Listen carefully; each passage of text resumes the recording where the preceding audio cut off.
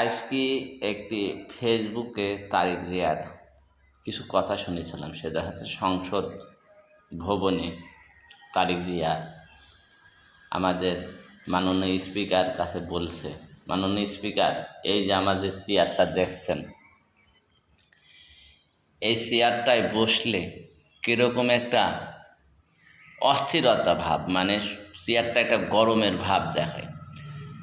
সেই চেয়ারটায় আমার তারিক জিয়া বসে মানে মাননীয় স্পিকারকে বলছে যে এই চেয়ারটায় বসে যে মানুষ যে শান্তির কিছু কথা বলবে, ওই চেয়ারটায় বসলে আমার তারিক জিয়ার শরীরে আগুন ধরে যায়। এটা হচ্ছে জিয়া সৈনিকের কথা।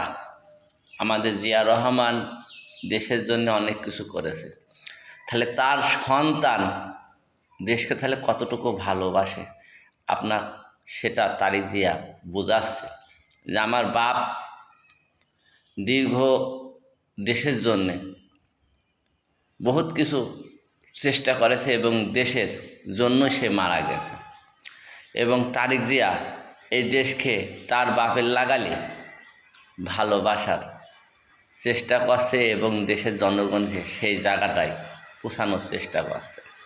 সে এত কিছু ভাবছে দেশের জন্য, আর আমরা ঘরে বসে বাইরে হেঁটে বেড়া, আমরা তার জন্য নানান ধরনের নানান কথা বলছি।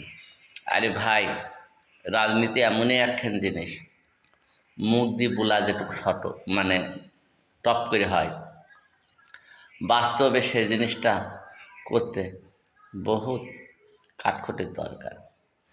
আমরা বসে থেকে টিভির পর্দায় দেখি, মোবাইলে দেখি, ফেসবুকে দেখি, ইউটিউবে দেখি, এটা হচ্ছে ওটা হচ্ছে। ভাই, ফেসবুক ইউটিউব সব কিছুই মানুষ দেখে, কিন্তু বাস্তবে একটা জিনিস, বাস্তব বলে একটা কথা আছে, সেটা হচ্ছে বাস্তবে যে জিনিসগুলো করতে গেলে কষ্টদায় হয়, এটা কিন্তু আমরা বুঝি না। একজনা বলছে যে আমরা যে এমপি মন্ত্রী বানাইছি ভোট দিয়ে, যারা নির্বাচনের সময় এই পাড়া ও পাড়া, ওই গ্রাম এই গ্রাম ছুটে বেড়াচ্ছে যে দাদা ভাই ভোট দিয়েন, নানা ভাই ভোট দিয়েন, চাচা ভোট দিয়েন, ভাই ভোট দিয়েন, কিন্তু এই ভোট নেওয়ার পর সেসব এমপিকেও দেখা যাচ্ছে না দেশের এলাকায়, আর মন্ত্রীদের দেখা যাচ্ছে না।